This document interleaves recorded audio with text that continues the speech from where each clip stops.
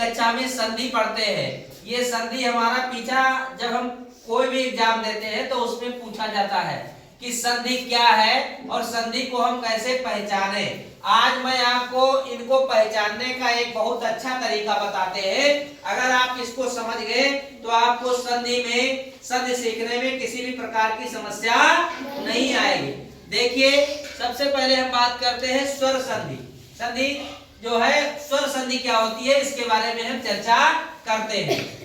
अब स्वर संधि में जो पहली संधि होती है इसका क्या नाम होता है? दीर्घ संधि। क्या नाम होता है? तो दीर्घ माने होता है बड़ा। दीर्घ माने क्या होता है? बड़ा। जहां पर ये बड़ा की मात्रा, बड़ी की मात्रा और बड़ाऊ की मात्रा जिस शब्द में लगी हो, जान लीजिए इसमें कौन सी संधि है? दीर्घ संधि। कौन सी संधि है? जैसे यहाँ पर लिखा है हिमालय। क्या लिखा है? हिमालय। तो माँ पे काहे की मात्रा लगी है? आ की। किसकी मात्रा लगी है? आ की। यहाँ पर हरीश लिखा है। हरीश में काहे की मात्रा लगी है? बड़ी ई की। काहे की मात्रा लगी है?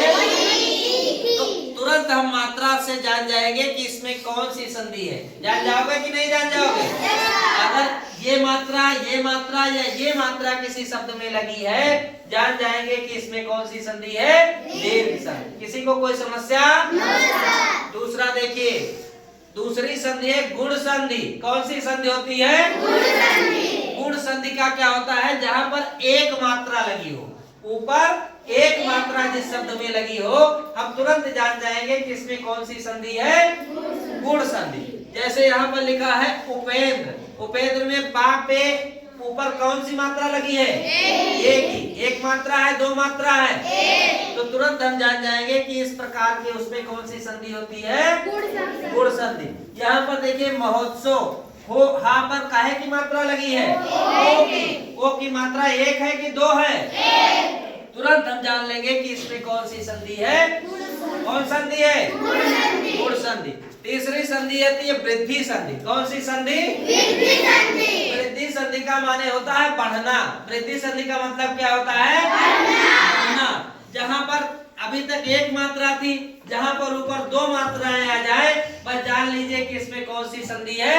इसमें वृद्धि संधि। जैसे देखिए यहाँ पर क्या लिखा है? तो ता पे एक मात्रा है कि दो मात्रा है? तो यहाँ पे कौन सी संधि होगी? वृद्धि संधि। कौन सी संधि होगी? ऐसे महौषधि। हा पे काहे की मात्रा है? ऊपर एक मात्रा है कि दो मात्रा है?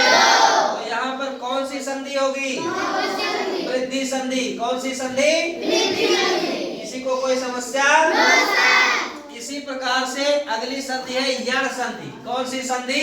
यण संधि। जहाँ पर या व रा के बाद आधा अक्षर आ जाए, या व रा के बाद वहाँ पर कौन सी संधि होती है? यण संधि। कौन सी संधि होती है? जैसे यहाँ पर देखिए स्वागत। तो वा के पहले आधा सा है कि नहीं है? जैसे लिखा है अत्यंत। या के पहले आधा का है कि नहीं है? तो या व रा के पहले आधा अक्षर अगर आ जाए तो कौन सी संधि होती है? यण संधि। किसी को कोई समस्या? अगला देखिए अयादि संधि।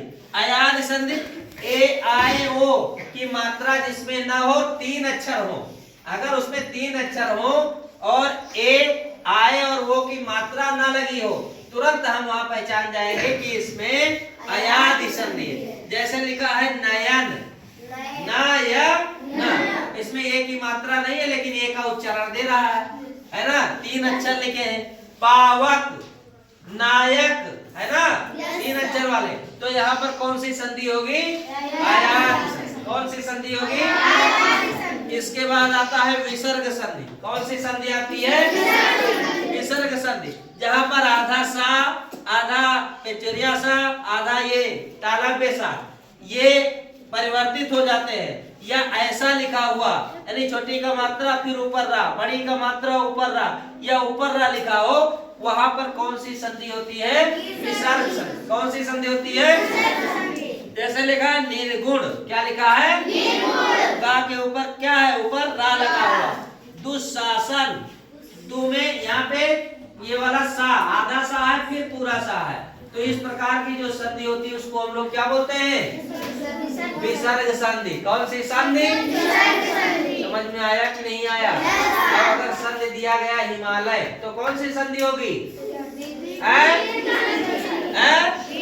दीर्घ संधि। क्यों दीर्घ संधि होगी? क्योंकि उसमें बड़ा की मात्रा लगी हुई है।